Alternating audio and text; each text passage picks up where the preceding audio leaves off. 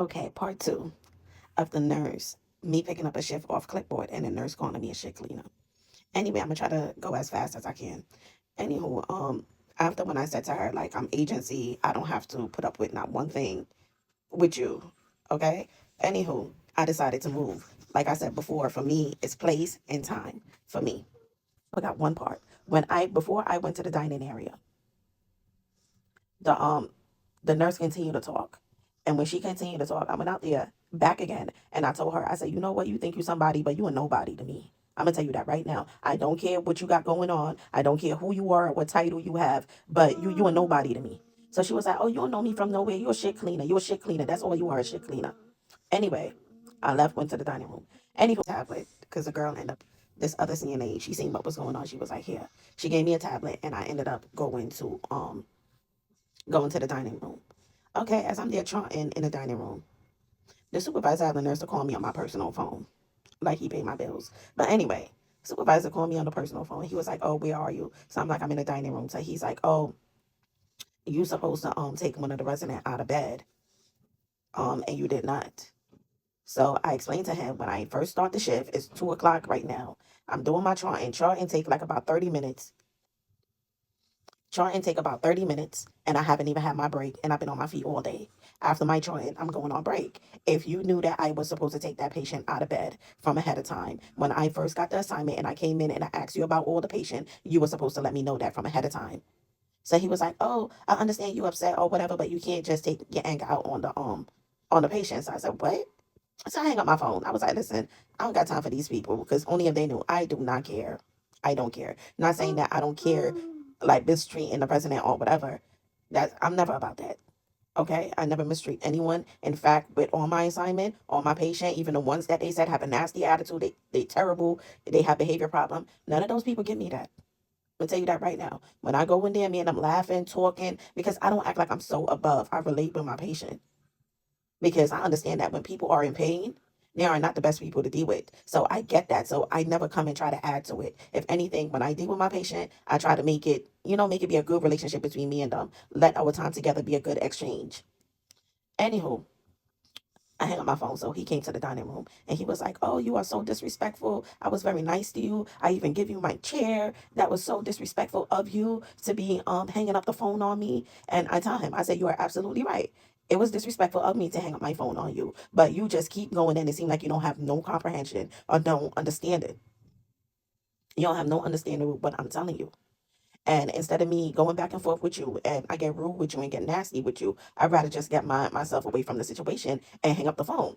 Anywho, he was like, "Oh, but that's not right with what you do. I understand you have all reason to be upset. I would be upset too, but it doesn't mean that you act like you should not go and take the patient out the bed." So I'm like, "Listen, you should have let me know that ahead of time. You see me, the patient that you guys did tell me to take out, you see me taking them out of bed. Why you did not tell me that I have to take that patient out of bed? Not only that, it takes two-person to use a Hoyer lift. I would not be using a Hoyer lift by myself. And let me tell you, some of these agency nurses, they need to be careful because a lot of them taking a patient out the bed without a Hoyer lift. I let them know I am not doing that. I am not putting my license on the line. I'm not getting myself in trouble with absolutely anything. So I'm not doing that. If I don't have two-person to help me with that patient is going to stay in bed. I don't care what you say. They change, right? They good, right? So they don't have nothing else to worry about. But if you want me to take someone out of bed, you have to bring somebody who's going to help me.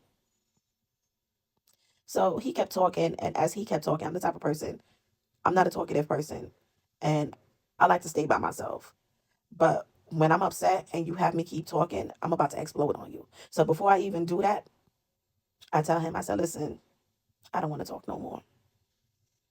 He was like, "But I said, listen, I don't want to talk no more. Please leave me alone. You could report me. You could block me. Matter of fact, I'm good. I have two other bookings with you guys. I will cancel. But please leave me alone. And if you want me to get somebody out of bed, you need to get somebody who's going to help me with a Hoyer lift." He ended up walking out, leaving out. Anywho, I was finished with my joint and I was like, you know what? Before I go on break, let me get this patient out the bed. You know, let me just do it. Anywho, I went back to the nursing station to return the tablet and I gave it to the girl that gave it to me because she wasn't finished with her charting and it was nice of her to give me her tablet. So I gave it back to her. As I'm walking to the nursing station and I'm walking in, the same nurse who got disrespectful with me had the nerve to say to me, "Hey, shit cleaner, you need to take your patient out the bed." I ignore her. Continue to walk and ignore her. She said it again, and I said, lady, don't say nothing to me. Please don't say anything to me. So she said, you know what? I'm going downstairs to administration so they could block you and you don't pick up no more case here. I said, lady, I don't care. Do whatever you want to do. Anyway, when I finished the assignment, when I finished with the tablet, when I hand over the lady the tablet, I was gonna do the patient. I was gonna take the patient out the bed. But I said, I'm not doing that. You're not gonna talk to me all crazy, disrespect me, degrade me, and I'm gonna do it. First of all, those are your resident. You the one that's gonna get in trouble, not me. So I asked the other CNAs that was there. I was like, where can I go to speak to the director? So they was like the same place she went. Yeah, this part was so juicy. I don't even know if I want to share anything because I know she's gonna try to fight her getting terminated. But I don't want to say too much of what happened, the behind the scene that happened when I went down there. I don't want to share too much. But I went downstairs. I saw her on the elevator. When I saw her on the elevator, I told her, I said, you think you somebody, you are nobody. Look at you. You look a hot mess. Like I was just going in on her. I'm not even gonna hold you. I was just going in because I'm like, we by ourselves now. Now I could talk my shit so nobody else hear me and go back and report my ass. So I was just ODing on her. When she saw that, she saw I wasn't playing. She said hello one and two or whatever. She went back upstairs. I went.